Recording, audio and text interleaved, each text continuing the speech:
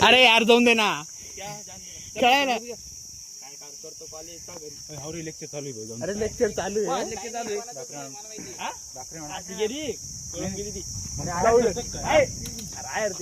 Bore मारा म्हणून पळून आला. आमच्या वर्गात कोण नाही, तुमच्या पण वर्गात कोण नाही. थर्ड इयर वर है सर.